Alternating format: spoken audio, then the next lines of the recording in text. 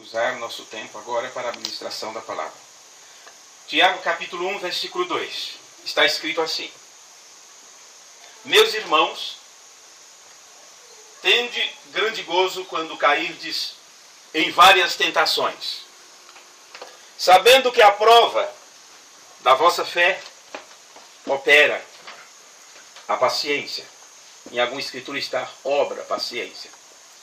Tenha, porém, a paciência a sua obra perfeita, para que sejais perfeitos e completos, sem faltar em coisa alguma. Vamos orar?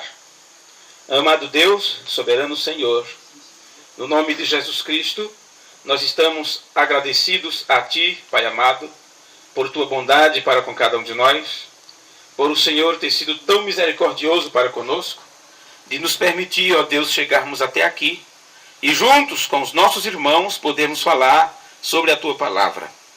Pedimos que o Senhor perdoe as nossas faltas e que o Senhor unja os nossos lábios para falar a Tua palavra e unja os nossos ouvidos para ouvir a Tua palavra e que possamos estar cheios da Tua glória, da Tua avaliação, do compromisso do Senhor, para que possamos levar adiante a obra que está destinada a levarmos.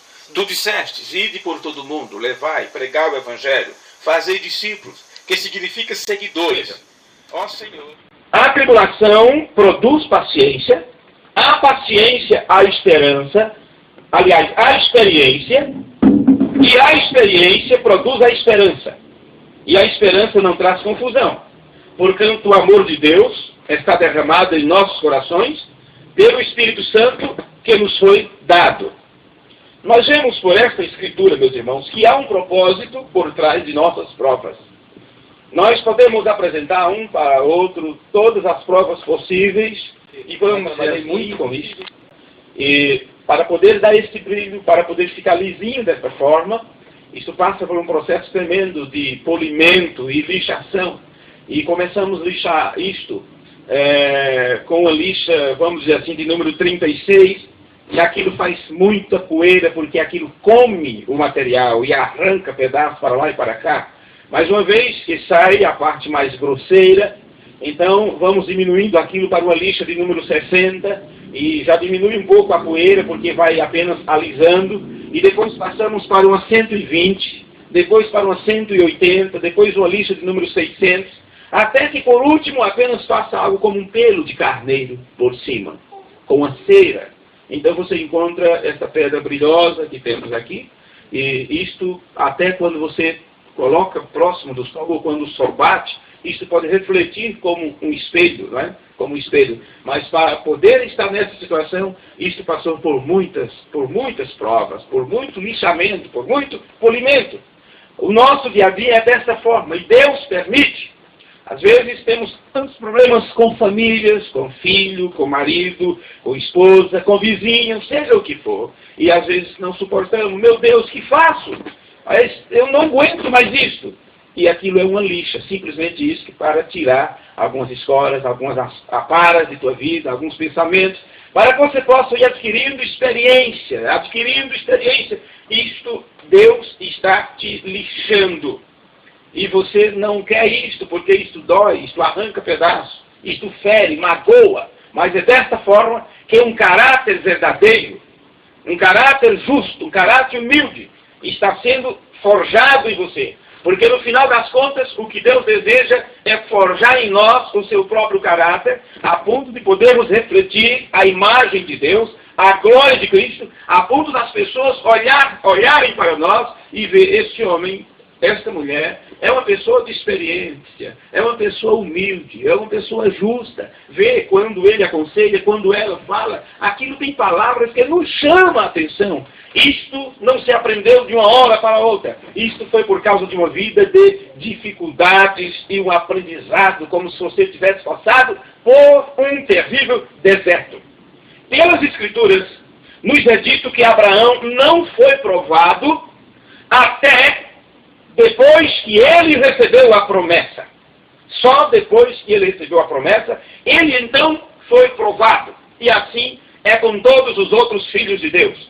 Deus não te testa ou te põe em prova para depois te dar a promessa. Ele faz diferente. Ele primeiro te faz uma promessa e então te impõe testes para ver como você lida com esses testes, com essas provas, para ver se em você pode ser cumprido a sua promessa. No livro de Hebreus, no capítulo 11 e o versículo 17, nós lemos assim nas Escrituras: pela fé, ofereceu Abraão a Isaque quando foi provado. Quando foi que Abraão foi provado? Isaque já era um garotinho, crescido. Vê? E quando Deus fez a promessa, muito tempo antes de Isaque nascer. Observe. Sim, aquele que receber as promessas ofereceu o seu unigênito. Abraão conhecia a promessa. E a Bíblia continua: sendo-lhe dito, em Isaque será chamada a tua descendência, considerou que Deus era poderoso para até dentre os mortos o ressuscitar, e daí também, em figura, ele o recobrou. Então eu aprendo assim pelas Escrituras, que Deus primeiro te dá a promessa, e logo depois te põe em prova, para ver como você se comporta diante destas provas. Na Epístola aos Hebreus, no capítulo 6, versículo 15, fala a respeito de Abraão também. E está escrito assim: e assim, depois de ter esperado com paciência, então, significa, e só então, alcançou a promessa. A promessa lhe foi dada, mas só depois de ter esperado com paciência, foi que aquilo se cumpriu. Em Hebreus capítulo 10 e o versículo 35, está escrito: não rejeiteis, pois, a vossa confiança. Confiança em quê? Na palavra, na promessa que Deus tem te dado. E diz que tem grande e avultado galardão. Então nós vemos que a palavra de Deus, a promessa de Deus, tem uma grande recompensa para aqueles que passam no teste. Vê? Há uma recompensa em crer nas promessas de Deus. Você pode encontrar nas Escrituras muitas promessas, e você pode tomar essas promessas para você. Vê? Mas se você quer que essas promessas se cumpram em sua vida, então você precisa estar disposto a passar no teste que Deus te dá. Versículo 36 de Hebreus 10. Porque necessitais de paciência, para que depois de haver desfeito a vontade de Deus, possais alcançar a promessa. Então as pessoas, elas querem alcançar bênçãos de Deus, elas querem ser abençoadas, mas sem fazer a vontade de Deus. Vê? As pessoas não sabem o que é a vontade de Deus, elas sabem muito o que é a sua própria vontade. E assim o homem sempre está procurando realizar seus desejos, suas realizações, mas nunca procura saber se aquilo é a vontade de Deus ou não.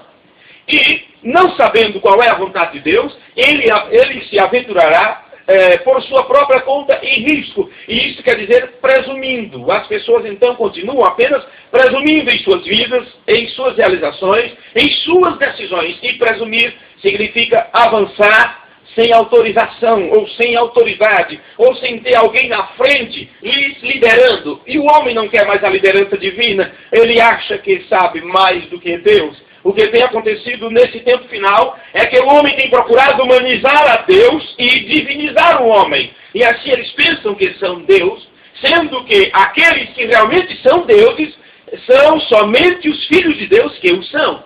Vê? Porque eles são semente da mesma espécie, são gerados pelo Pai. Agora, ainda a respeito disso, entendo que somente depois de você fazer a vontade de Deus, você pode então receber o cumprimento da promessa.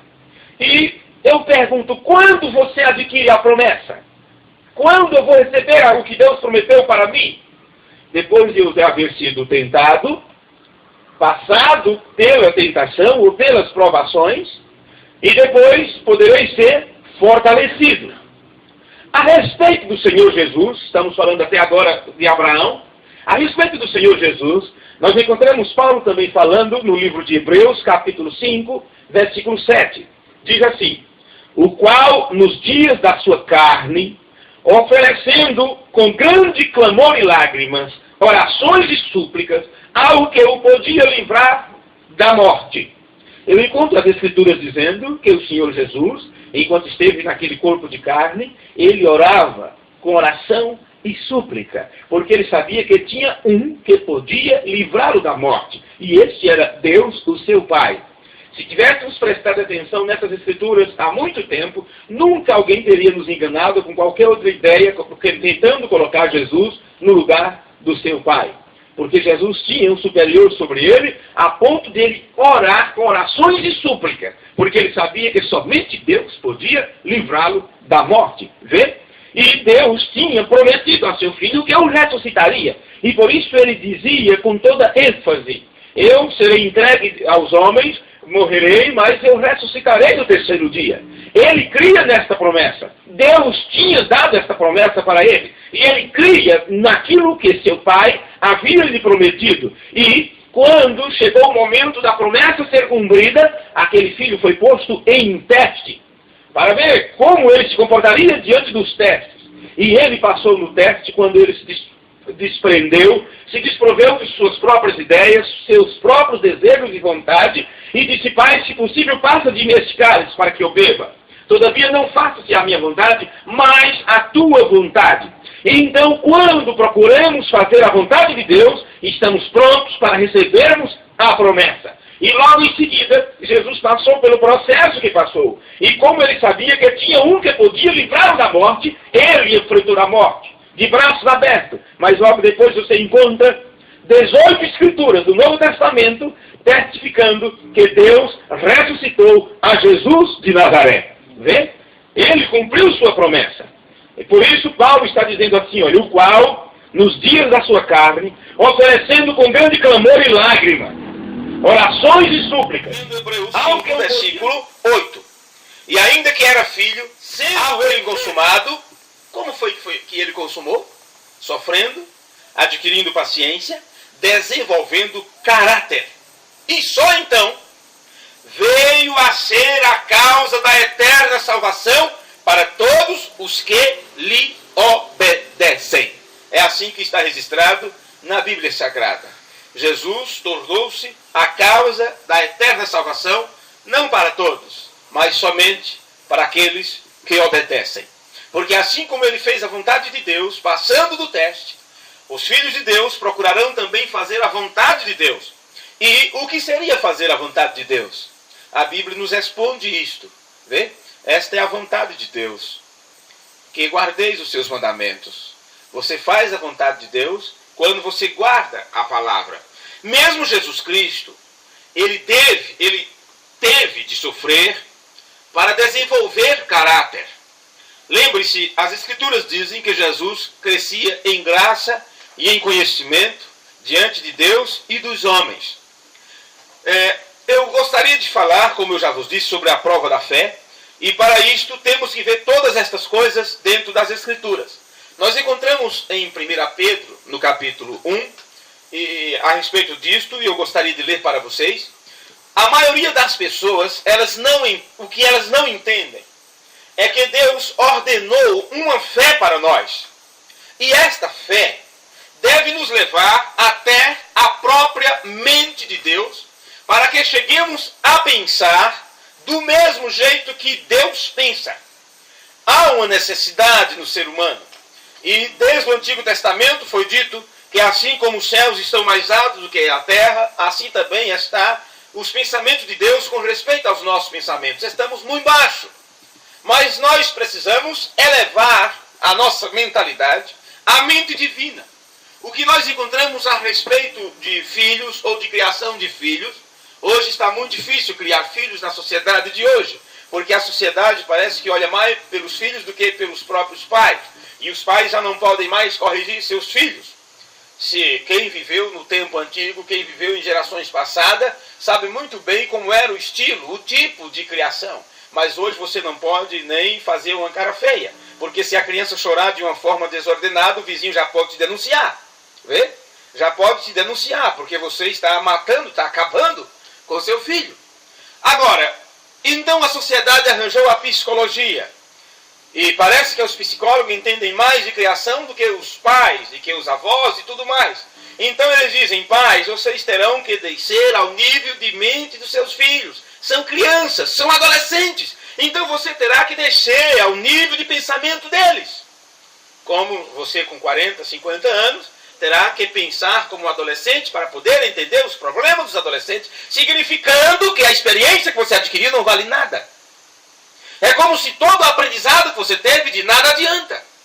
Você terá que baixar ao nível deles para poder compreendê-los em seus problemas. Isso significa, quando você desce à mentalidade da criança, quando você desce ao nível do jovem e do adolescente, significa que você pensará como eles, agirá como eles, e mesmo que você não haja, mas dará o aval para todas as coisas erradas que eles estão propensos a fazer. E é assim que querem fazer com o nosso Deus. As pessoas não querem adquirir experiência, não querem adquirir um aprendizado correto e elevar seu nível de pensamento a pensar como Deus pensa, em termos da palavra. Eles querem que Deus desça e pense do jeito deles e ache que tudo está bem, que está bom assim mesmo. São minhas criancinhas, são meus filhinhos e eles podem viver de qualquer maneira. Não, senhores, Deus não muda. A Bíblia diz, não erreis, Deus não se deixa escarnecer. Tudo que o homem semear, isto também se fará. Não adianta querermos fazer Deus descer ao nosso nível de pensamento. Nós temos que mudar nossa mente e adquirirmos a mente de Deus. Paulo disse, transformai-vos pela renovação da vossa mente. A nossa inteligência tem que ser mudada e temos que entender e tomar Deus em sua palavra para podermos fazer a sua vontade. Porque a vontade de Deus já está estabelecida nas Escrituras. É isso que aprendemos em todas as leis, dos profetas, dos salmos, no Novo Testamento inteiro. Então compreendemos que Deus ordenou uma fé para cada um de nós, e esta fé, que é uma revelação, deve nos levar a pensar como Deus pensa. E então, quando Deus nos dá essa fé, e sabemos que fé é uma revelação que Deus nos dá, nós sabemos que tão quanto, com certeza, tão quanto Ele nos deu esta revelação, então se assegure disso. Se Ele te deu, Ele vai testar esta revelação. Ele vai testar esta fé. Então a revelação vem a você e a prova de sua revelação tem um propósito de trazer a própria mente de Deus para nós. Se você diz, Deus me esclareceu sobre a sua verdade, então Deus vai testar o esclarecimento que você tem para ver se você passa no teste. E quando isto acontece, quando você passa nesse teste, então nós falamos o que Deus fala. Não podemos falar outra coisa a não ser aquilo que Deus já tenha falado. Foi assim com os profetas.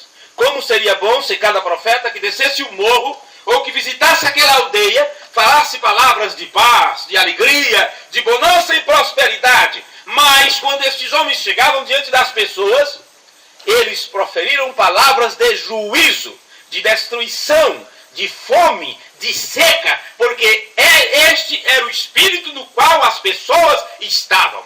Deus não mata as pessoas. Você diz, mas não veio o dilúvio e destruiu a todos? Deus não destrói as pessoas. Mas você diz, não veio um tsunami e não destruiu nações e cidades inteiras? Não, senhores. O profeta de Deus, enviado para esta geração, ele disse, as pessoas entram no espírito da destruição. Eles entram naquele clima. Na verdade, somos criadores de atmosfera. E quando criamos a atmosfera propícia, então aquilo virá sobre nós. Vê? Isto é uma lei da causa e efeito. O universo inteiro está sendo governado por leis. São coisas que não sabemos, que não vemos, não poderemos tocar, mas existe trajetória do Sol, a trajetória da Lua, de cada estrela, de cada planeta no universo, de cada cometa. E eles precisam ter a sua trajetória, eles são guiados e dirigidos por determinadas leis que foram estabelecidas desde a fundação do universo. E nada pode estar fora do seu lugar, porque se cada um desses astros celestes saíssem de seus lugares, haveria uma colisão no cosmos, no espaço, no universo, e a coisa ficaria toda deteriorada. Cada coisa está em seu devido lugar. Por mais que você veja destruição, pecado, licenciosidade, morte, destruição, Não importa, tudo está correndo de acordo com o plano que Deus estabeleceu antes da fundação do mundo. E não adianta clamarmos a Deus para que Ele melhore a situação, porque só vai piorar, porque este é o estado que está a esta geração. Ela terá que caminhar a passos largos para ser destruída. E isto acontecerá tão rápido que as pessoas não perceberão. E o que acontece? Elas já estão sendo direcionadas para isto, para não temer o perigo, para se acostumar com os monstros, se acostumar com as coisas que acontecerão. Nossas crianças já estão sendo ensinadas e instruídas pelo mundo para não temerem a abominação, monstros, demônio, ou seja o que for. É com isto que eles brincam, é com isto que eles jogam, é sobre isto que eles leem, é sobre isso que eles conversam. Eles estão sendo preparados para a grande hecatombe que virá. Mas, quando fazemos a vontade de Deus, como eu estava vos dizendo, então nós falamos o que Deus fala. O que isso significa? A mesma coisa que Jesus fez. Jesus, depois que ele foi batizado no Rio Jordão, ele foi guiado pelo Espírito Santo para o deserto, para ser tentado. E por 40 dias, em jejum, em oração, diante de Deus, ele foi provado, ele foi tentado. Mas quando ele passou por aquela prova, ele saiu para ensinar e guiar as pessoas para o caminho da verdade. E quando ele começou a instruir, as pessoas começaram a se admirar de sua doutrina. E quando dizia, de onde esse homem aprendeu? De onde veio este mestre? Então Jesus disse, a doutrina que eu vos ensino não é minha. O que eu vos ensino, eu aprendi do meu Pai. Então você percebe que Jesus, ao fazer a vontade de Deus, ele só falava aquilo que Deus disse para ele falar. Se nós aprendermos isto, então quando alguém nos perguntar algo, quando as pessoas tiverem perguntas, quando as pessoas quiserem saber alguma coisa, o que você fará? Você pode ser uma pessoa muito inteligente, ter bons conselhos. Mas se o teu conselho não for a palavra de Deus, então você não estará fazendo a vontade de Deus. Nós falamos o que Deus fala e fazemos o que Deus faz. Em seu lugar, o que Deus faria? Em seu lugar, o que Deus responderia? Quando alguém perguntar a você o que você acha sobre isto é errado, antes que você responda, antes que venha na ponta da língua, como dizem, a resposta, pense primeiro o que Deus diria. Antes de você fazer, pense o que Deus faria. O que faria Jesus se estivesse no seu lugar? Nós encontramos nas Escrituras, tudo que fizerdes por palavras ou por obras, fazei tudo em nome do Senhor Jesus, dando através disso glória, honra a Deus Pai. Então é tudo que você for falar. Quando uma pessoa cumpre a vontade de Deus, quando ela toma Deus em sua palavra, e ela aconselha a um filho, ela aconselhará segundo a palavra de Deus. O que você acha? Está bem esta roupa? Está bem isto? Está bem assim? Posso ir para tal lugar? Você só poderá falar aquilo que Deus falaria. Você não pode pedir algo a Deus que Jesus não pediria. Por isso a oração é nos ensinada a orarmos em nome de Jesus. E as pessoas pensam que é simplesmente falar qualquer asneira e pedir isto em nome de Jesus. Não, senhores. Pedir, orar em nome de Jesus é pedir aquilo que Jesus pediria. É colocar diante de Deus aquilo que Jesus colocaria. Quando se faz a vontade de Deus, nós não temos outro conselho a não ser o conselho de Deus. Nós não podemos fazer outra coisa a não ser aquilo que está estabelecido na palavra. Não temos doutrina alguma a não ser a doutrina dele. E não temos vontade alguma a não ser a dele. Vê? Então há três coisas as quais nós temos que entender sobre a prova de nossa fé ou a prova da nossa revelação. Três coisas que nós precisamos aprender. Número 1. A prova de sua fé é predestinada para a glória dele. Ele então nos dá a revelação e prova esta revelação. E isto foi predestinado já para a glória do próprio Deus. Em outras palavras, onde Deus predestinou a fé, só existe uma fé. Não existe uma fé grande, uma fé pequena, fé 1, fé 2, fé 3, fé 4. Só existe um tipo de fé. Não importa se é para curar uma dor de cabeça, não importa se é para ressuscitar um morto, não importa se é fé de rapto, como as pessoas muito comentam. Observe, só existe um tipo de fé, só existe uma fé, porque só temos um único Senhor. E a Bíblia diz que há o quê?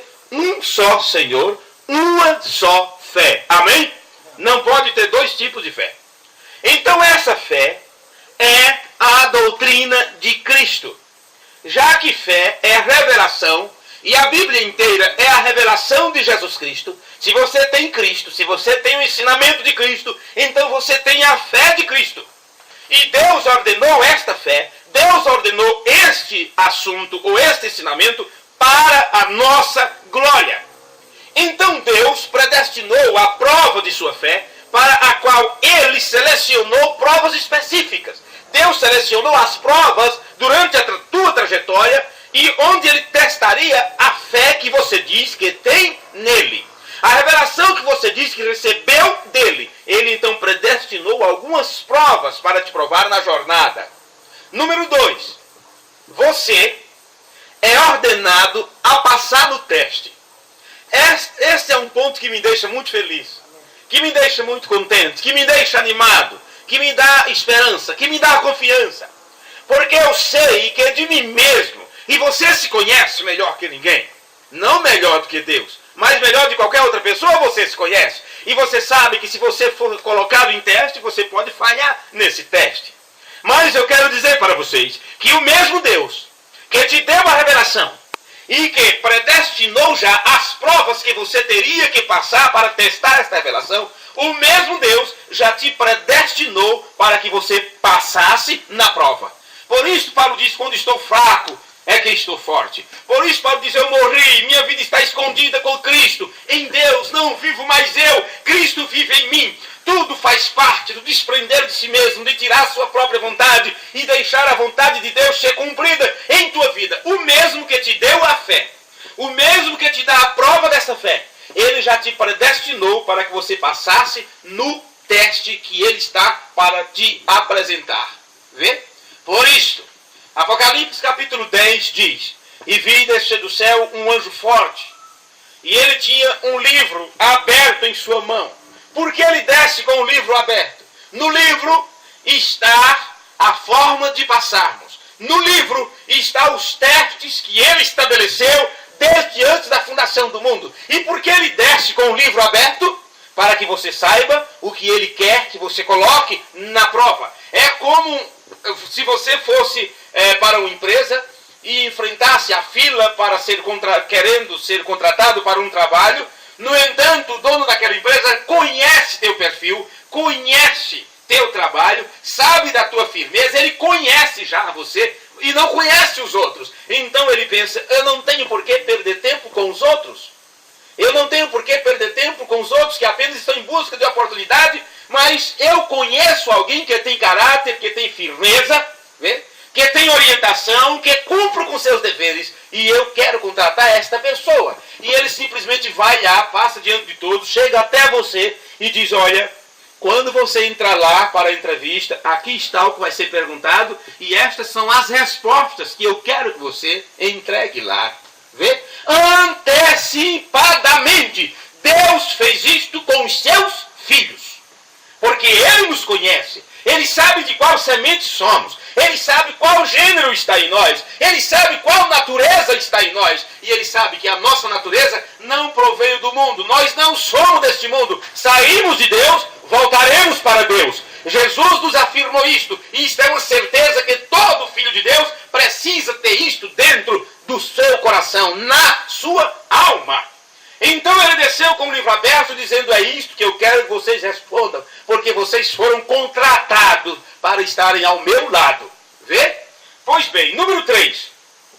Você é testado com o propósito de ser aprovado. Deus não testa seus filhos para dizer, olha, você não passa. Deus prova seus filhos com o propósito deles passarem no teste. Vê? Mas o que Deus deseja de nós? Ele quer forjar em nós um caráter.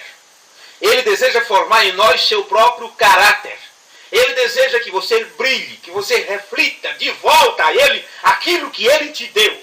Se a Bíblia diz em Romanos 6, se não me falha a memória, que o amor de Deus foi derramado em nossos corações, através do Espírito Santo, então é este amor que Deus quer de volta.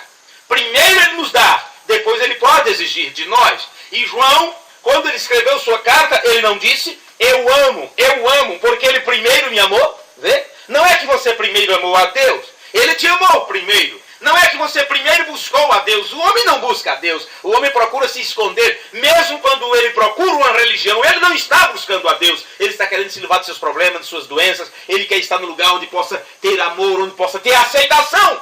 Porque muitas vezes lá fora não tem, no mundo não tem. Então ele procura um grupo de pessoas que tem um pouco de amor, um pouco de carinho, que chama de irmãos. Vê? Não pense que as pessoas estão ali buscando a Deus. Quando Deus busca o homem simplesmente não procura se filiar a uma igreja. O homem não procura simplesmente uma religião. O homem, quando ele sente o chamado de Deus, ele vai para a palavra e procurará obedecer à palavra. Independente de grupo, independente de religião. Quando Deus te prova, é porque Ele quer que você seja aprovado. Vê? Agora vejamos se essas afirmações, rapidamente aqui, vejamos agora se essas afirmações estão corretas com a palavra de Deus ou não. Vamos ver estas coisas. Abramos nossas Bíblias em 1 Pedro capítulo 1 e eu quero que você observe a quem Pedro está endereçando aqui a sua carta. Você já começa vendo logo no princípio, 1 Pedro capítulo 1, que ele está endereçando isto aos eleitos de Deus. Não é para qualquer tipo de pessoa. É para eleitos e predestinados. Porque a estes Deus deseja testar. E esse teste não é para você ser reprovado. É para criar em você um caráter. Um caráter justo e honesto. Vê? Observe. 1 Pedro capítulo 1, versículo 2. Eleitos segundo a presciência de Deus Pai.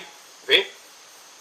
Em santificação do Espírito, para a obediência e aspersão do sangue de Jesus Cristo. Graça e paz vos sejam multiplicadas. Bendito seja o Deus e Pai de nosso Senhor Jesus Cristo, que, segundo a sua grande misericórdia, nos gerou de novo para uma viva esperança.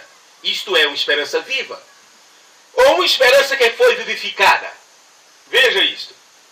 Pela ressurreição de Jesus Cristo dentre os mortos, para uma herança incorruptível, incontaminável e que não se pode murchar, guardada nos céus para vós.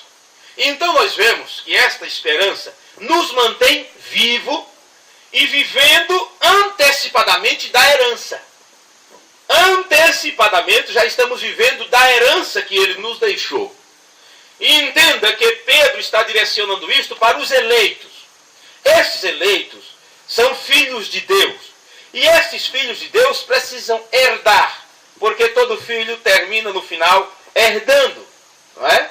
Agora você sabe que os filhos não herdam enquanto os pais estão vivos. Mesmo que os pais de bom grado e de bom coração façam algo a esse respeito. Mas nenhum filho em sã consciência desejará herdar aquilo que é do seu pai, enquanto seus pais estão vivos. Bem, nós tínhamos um pai que não podia jamais morrer. E isso significa que não poderíamos herdar nunca. Porque nosso Deus é imortal. E Paulo chama o imortal. Aquele que é imortal significa ele não pode morrer. Então, se existem filhos de um pai que não morre, esses filhos jamais herdariam. E isso significa que jamais adquiriríamos a eternidade. Jamais teríamos novos céus e nova terra. Jamais teríamos um milênio. Jamais teríamos corpos transformados e glorificados para sermos como é o corpo de nosso Senhor. Porque Ele é imortal, Ele não morre. Então, a lei da adoção, a lei da herança, desde o Antigo Testamento, dizia que o filho mais velho, o primogênito, ele adquiria 50% de tudo que o pai possuía. Por isso, existia a adoção, quando o primogênito era colocado sobre tutor para ser guiado, dirigido, instruído, para se responsabilizar pelos negócios de seu pai. O que encontramos são muitas pessoas querendo os negócios do seu pai, mas sem se importar com os negócios do pai. E dizem, desde pequeno eu ouvia falar sobre isto quando eu via partilhas e heranças. Falavam, vê o filho de fulano, vê o filho de ciclano, o pai tanto que trabalhou, o pai tanto que se matou, simplesmente se foi e eles rapidamente destruíram tudo. Porque veio fácil, também se foi fácil, nunca se preocuparam com nada. Isto significa, no natural, quando mostramos isto para o espiritual, que muitos querem adquirir os negócios do Pai. Muitos querem vida eterna, muitos querem bênção, muitos querem perdão, muitos querem ressuscitar dos mortos, muitos querem viver na eternidade, mas estão preocupados com os negócios do Pai? Estão preocupados com a implantação do reino de Deus? Não, senhores, estão aí implantando e magnificando o reino de Satanás. Jesus disse, o meu reino não é deste mundo. Não estão preocupados com os negócios do seu pai, daquele que eles chamam de pai. Então não podem se preocupar, nem tampouco desejar receber nada de Deus como herança. Mas, tratando dos filhos, o filho mais velho, ele era colocado sob tutor, para que ele se responsabilizasse pelos negócios do pai, a ponto do pai poder viajar, ou falecer, ou seja o que for. E aquele tomaria conta da família, tomaria conta das suas irmãs, e tocaria a fazenda ou o negócio adiante. Então, quando ele chegava a um determinado grau de inteligência e maturidade, o tutor chegava para aquele pai de família e dizia, teu filho está pronto para assumir teus negócios. Ele pode falar em teu lugar, em qualquer lugar. Ele pode usar seu próprio nome e assinar qualquer documento em seu lugar. Então o pai pegava aquele filho, levava em público, e ali tinha a cerimônia da adoção, quando eram mudadas suas vestes, e era dito, agora você está sobre toda a minha herança, tudo que é meu, você pode tomar conta de tudo. O filho mais velho então adquiria 50% de tudo que o pai tinha. Os outros filhos herdariam os outros 50%. Aí está o que aconteceu com os filhos de Deus. Nosso Pai é imortal. Deus é imortal. Então não poderíamos adquirir nada. Nosso irmão maior, nosso irmão mais velho, o Senhor Jesus Cristo, o Filho de Deus, ele desde pequeno, ele foi crescendo em graça e em conhecimento diante de Deus e dos homens. E já com 12 anos de idade, ele mostrou que era uma pessoa de confiança, confiável. E ele disse, eu tenho que estar cuidando dos negócios de meu pai. Vê? Aos 12 anos de idade, essa já foi sua expressão.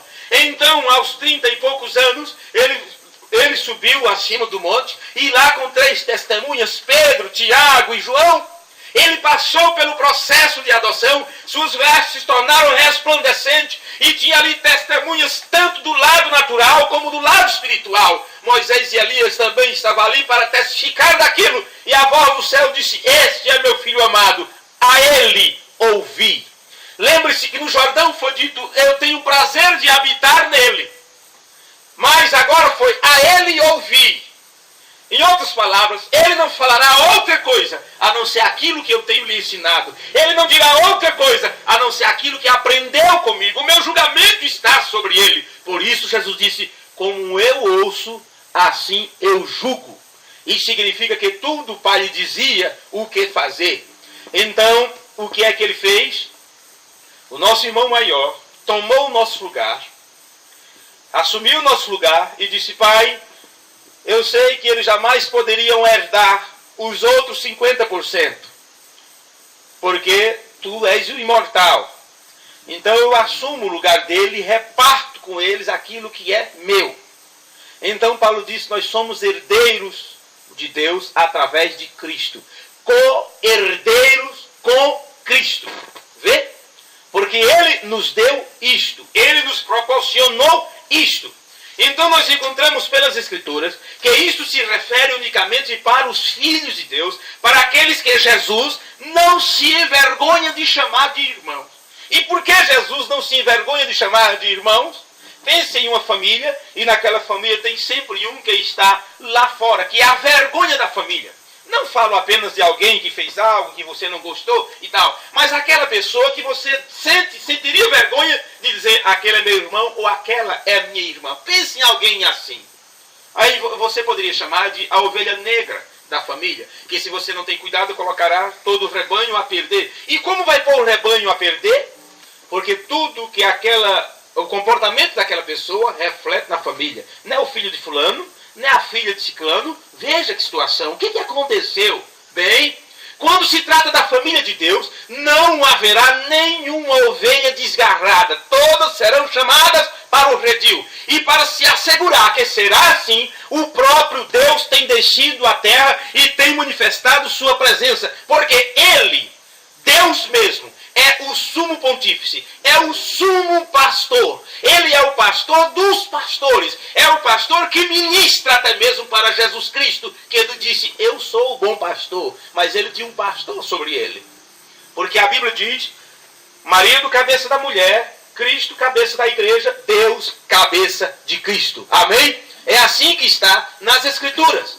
Então, meus amigos, estas pessoas, estas ovelhas, todas serão chamadas para o redil e todas passarão por um processo de aprendizado e elas terão que deixar de lado seus próprios desejos, pensamentos e ideias e começarão a pensar em termos da palavra como Jesus fez. E quando chegar o momento da prova, da decisão e da tentação, eles também farão a mesma coisa que Jesus fez no jardim do Getsemane. Pai, eu sei que é difícil.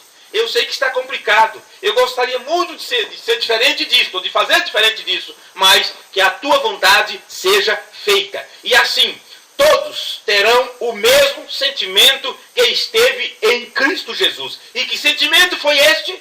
O seu amor pelos seus irmãos e a sua abnegação total e completa à vontade do Pai. Temos que chegar no mesmo estágio, amar uns aos outros, como amamos a nós mesmos, a Deus sobre todas as coisas, ao próximo como a nós mesmos. E assim, quando você leva adiante esse amor para as outras pessoas e para aqueles que você sabe que é sofredor como você nesta terra, e você procura fazer a vontade de Deus, o que estará acontecendo com você? Você estará se colocando numa posição que o irmão maior, que sofreu por você, dirá assim, eu não me envergonho de chamá-los de irmãos. Vê? Pois bem, então nós vemos que esta esperança nos mantém com vida, nos mantém vivo. E vemos que esta esperança não é simplesmente para qualquer pessoa, mas só para aqueles que recebem a herança. Veja, e esses que recebem a herança são chamados filhos e filhos de Deus, e esses que são filhos e filhos de Deus recebem a mente de Deus. É isto que aprendemos sobre o espírito de sabedoria, de revelação e de conhecimento de Deus mesmo.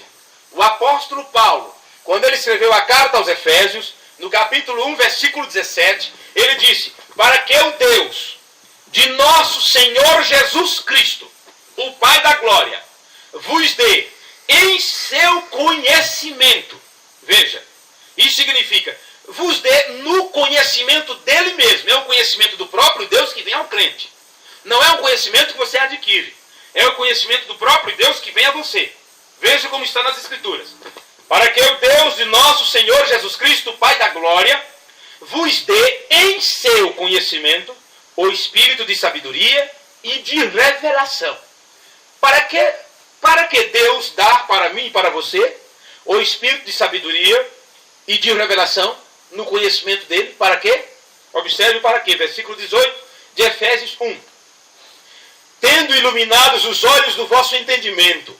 Então significa que quando vem esse novo conhecimento de Deus para nós, os nossos olhos serão iluminados. Agora você sabe que quando uma pessoa é cega e ela recebe sua vista, ela diz, eu vejo a luz, eu recebi a luz. Paulo estava em escuridão quando ele ficou cego, depois que a luz o cegou, e precisou que Ananias orasse por ele, e ele sentiu como que escamas caindo dos seus olhos, e ele passou a enxergar. Então, quando uma pessoa abre seus olhos, ela enxerga luz. Se você abre seus olhos em um local totalmente escuro, você não enxerga nada. Você não vê nada. Vê? Mas se tem um restinho de luz ali, você consegue enxergar alguma coisa, pelo menos no lugar que você deve passar. E a Bíblia diz que quando Deus traz o espírito de conhecimento e de sabedoria e de revelação no conhecimento dele, é para iluminar os teus olhos. Mas não é teus olhos naturais, é os olhos do teu entendimento. Vê? Isso significa que você, com seu próprio entendimento, você estará em trevas, estará em escuridão, e precisa ser iluminado com o entendimento de Deus. E Paulo disse ainda, tendo iluminado os olhos do vosso entendimento, para que saibais qual seja a esperança da sua vocação e quais as riquezas da glória da sua herança nos santos. Há uma herança para os santos aqui. E Deus nos prepara e nos faz conhecer esta ardente expectação que temos na herança dos santos. Há uma herança para os santos. E esta herança para os santos foi prometido que Deus traria. Veja, Deus traria esta herança para nós. Agora você sabe que quando a herança vai ser distribuída, você não simplesmente não pega aquilo e diz, meu filho, aquilo será teu, minha filha, essa parte aqui é tua, olha, eu estou pensando em colocar aquilo nas mãos de fulano. A herança não se reparte dessa forma. Isto tem que ser levado a juízo, correto? Isso tem que ser levado para a justiça. Tem que haver uma avaliação. O juiz terá que dar a sentença, porque isto se trata de posses e de propriedades e algo desse tipo. Então não é simplesmente algo assim de palavra, de boca, que diz aquilo é teu, aquilo não é teu. Não. Tem que haver um julgamento sobre aquilo. Vê? Tem que haver juízo sobre aquilo. E juízo significa justiça, juízo, entendimento correto, ou centro do caminho, nem direita e nem esquerda. Uma vez que o documento é firmado, não se tem o que fazer sobre aquilo. Está determinado, é uma designação que é dada, que é concedida.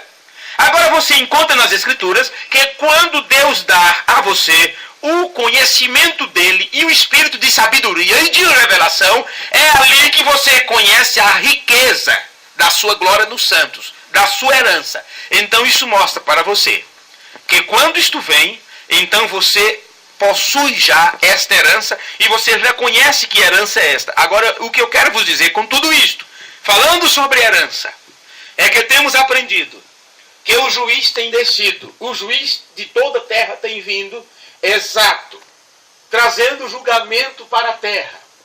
E os filhos de Deus não estão temerosos quanto a isto. Porque por que você temeria o juiz quando ele te chama para te dar uma herança? Por que você ficaria amedrontado quando você é levado à presença do juiz e você sabe que ele te chamou ali para te dar direito sobre a propriedade, para te dar uma herança? O mundo está amedrontado e por isso eles correm de um lado para o outro e procuram satisfazer seus desejos ou esquecer das coisas tremendas que acontecerão em breve sobre a terra.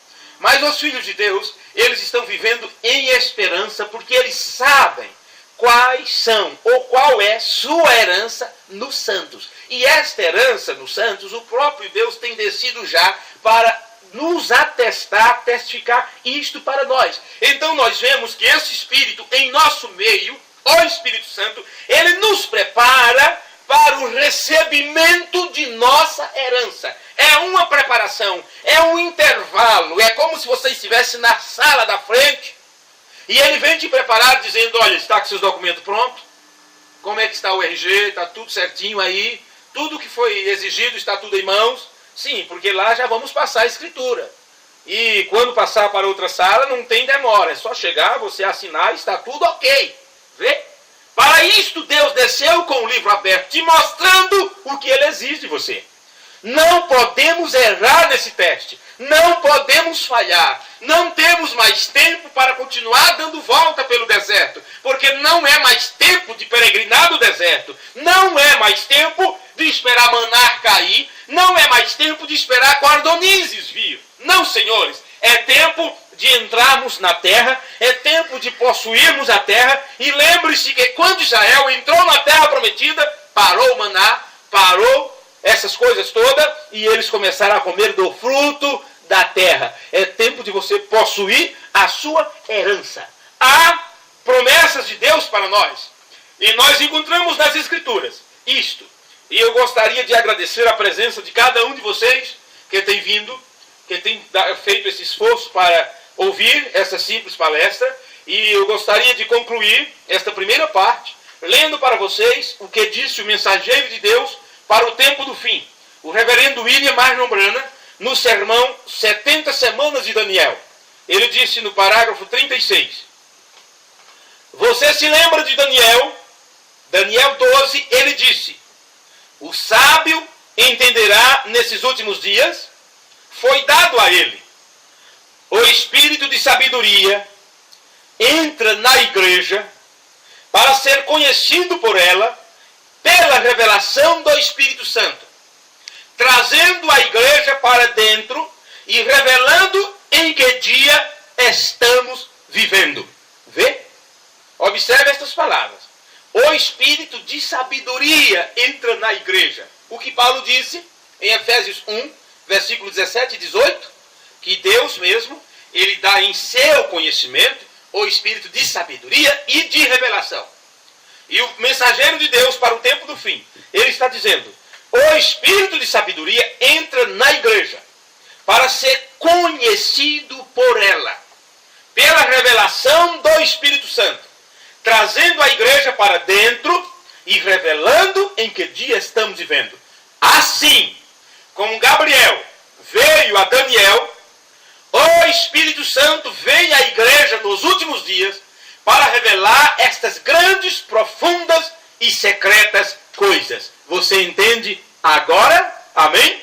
Isto é o que disse William Branham no sermão As 70 Semanas de Daniel. Ele disse que o Espírito Santo vem para a igreja, entra na igreja para lhe revelar o dia que estamos vivendo, e ela conhecerá isto pela revelação do Espírito Santo. E ele disse da mesma forma que Gabriel veio a Daniel. O que Gabriel veio fazer a Daniel? Daniel precisava de conhecimento, ele precisava entender, e ele orou a Deus. Ele orou a Deus para saber destas coisas. Então Deus disse: vai Gabriel, e diz estas coisas para ele. Então Gabriel chegou e disse: olha, aqui estou para trazer a verdade do assunto. E ele começou a falar sobre as 70 semanas e sobre os acontecimentos dos últimos dias. Do mesmo jeito que o anjo Gabriel foi conversar com Daniel, o Espírito Santo vem, ele entra em cena. Deus, o Deus do céu, tem descido à terra nestes últimos dias, unicamente para tratar diretamente com o seu povo. Assim como Deus, o Deus Criador, desceu à terra na forma de Melquisedeque e deu pão e vinho para Abraão, vê? E logo em seguida se manifestou com mais 2 anjos, e Abraão o chamou de o juiz de toda a terra. Foi disto que Abraão o chamou. Abraão disse: porventura não fará juízo o juiz de toda a terra? Vê? Este mesmo ser, este mesmo Deus, o Espírito Santo, tem vindo nesses últimos dias para nos revelar estes mistérios e nos falar estas coisas. E esse Espírito Santo desceu com um propósito: para nos aprontar e nos levar daqui. O mensageiro de Deus também disse: o Espírito Santo que está conosco hoje, vê? Quando ele se manifestar para nós, quando ele se encarnar na pessoa de Jesus Cristo, nós o coroaremos Rei dos Reis e Senhor dos Senhores. Disto se trata a parúcia, o aparecer de Cristo. Deus mesmo tem vindo à terra. Em 1949, William Branham pregou o sermão A Deidade de Jesus Cristo. E naquele sermão ele disse: Deus não está no céu, Deus está na terra. E ele disse muitas vezes: o Espírito Santo está aqui. Sua presença pode ser comprovada. Ela foi comprovada inclusive pelas máquinas fotográficas. Vocês conhecem estas coisas. E para que o Espírito Santo está aqui? Este é Cristo em seu aparecer. O mundo ficou esperando a vinda, a segunda vinda, sem entender que na Bíblia, onde tem a palavra vinda, aquilo no original é parúcia, e significa chegada e presença subsequente. E ele chegou, ele veio, e o William Branham disse: o propósito de meu ministério é declarar que ele está aqui. Lembre-se, foi dito para você que os tipos não falham. E Rebeca, quando ela deu água àquele camelo, aquele mesmo camelo foi o que levou para o encontro de Isaac. O profeta de Deus disse, aquilo era um símbolo, um animal na Bíblia representa um poder, e aquilo representa o Espírito Santo. E a igreja, quando ela alimenta, se você alimenta, dá preeminência ao Espírito Santo, este Espírito Santo é o que te levará desta terra. Então entenda agora essas palavras. O Espírito Santo, que está com a igreja hoje, que está com os filhos e filhas de Deus, quando esse Espírito Santo nos tirar desta terra, no rapto, vê? Por isso que o rapto já começou, inclusive, na primeira fase, que é um alarido, já que o mesmo Senhor desceu do céu, com alarido, voz de arcanjo e trombeta de Deus, e o alarido, que é a primeira fase do rapto, é uma mensagem, é a voz de Deus nesses últimos dias, e somente os filhos escutarão sua voz. Eu citei aqui duas mensagens, escutando sua voz e a voz de Deus nesses últimos dias, não? Então o Espírito Santo que está conosco hoje, está nos aprontando para as fases seguintes. E na última fase, quando você desaparecer desta terra, a única coisa que pode te tirar desta terra é um poder sobrenatural. E isto é o poder de Deus mesmo. Lembre-se que Deus ressuscitou a Jesus de Nazaré e o ascendeu às alturas. Fará a mesma coisa com a igreja. Levará a igreja às alturas. E nos ares, onde haverá uma grande reunião, enquanto o Pai, Deus mesmo, o Espírito Santo, sobe com a igreja aqui da terra, Jesus Cristo, o Filho de Deus, sabe, é acionado o céu. O céu será acionado da terra. E o Filho sairá de lá, porque chegou o momento. Então ele descerá até uma certa região, nos ares. Enquanto o Filho desce até os ares, o Espírito Santo sobe com a igreja para encontrar nos ares. E lá, nesta reunião, o que acontecerá? Outra vez, como aconteceu entre o Jordão e o Getsêmani, onde Deus estava plenamente, totalmente encarnado em seu Filho Jesus, a mesma coisa voltará a acontecer. Outra vez, o Pai encarnará no Filho. Então nós o coroaremos Rei dos Reis e Senhor dos Senhores. A coroação não é para o Filho Jesus Cristo. A coroação é para Deus mesmo. Porém, ele será encarnado em seu Filho. É desta forma, é nesse estado, que iremos junto com ele para a festa das bodas, para a ceia das bodas. E Jesus disse, eu muito desejei ter convosco uma comunhão deste momento como este, porque não a teremos outra vez, a não ser no reino do meu Pai. Então veja, como será esta grande ceia, ou a festa das bodas no reino do Pai? Ali o Pai estará encarnado em seu Filho. Por isso, depois dos 3 anos e meio de tribulação aqui na terra, depois que passar o período de festividade, outra vez desceremos aqui para a terra. E quem virá na frente, quem estará na frente no comando? Apocalipse 19 entra em cumprimento. E você sabe que aquele que vem montado em cavalo branco, chamado Verbo de Deus, aquele com veste ensanguentado, quem é aquele? Ali está o Senhor Jesus, o Filho de Deus e o Pai encarnado nele. É assim que será estabelecido o milênio aqui na terra. No milênio, Elohim estará sentado no trono, o Pai encarnado no Filho. E nós estaremos ao redor. E antes de clamarmos, ele nos responderá, porque ali Deus será tudo em todos. Amém.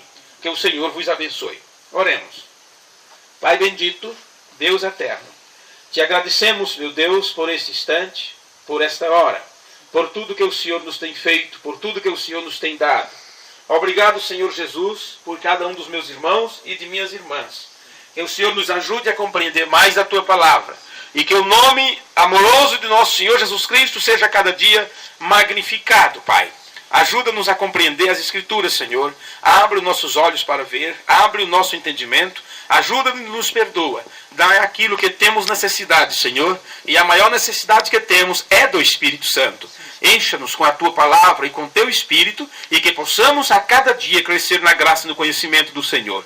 No nome amoroso de Teu Filho amado Jesus, nós oramos e te pedimos. Amém. Amém. E assim nós concluímos esta parte. Nascer o sol e a esperança.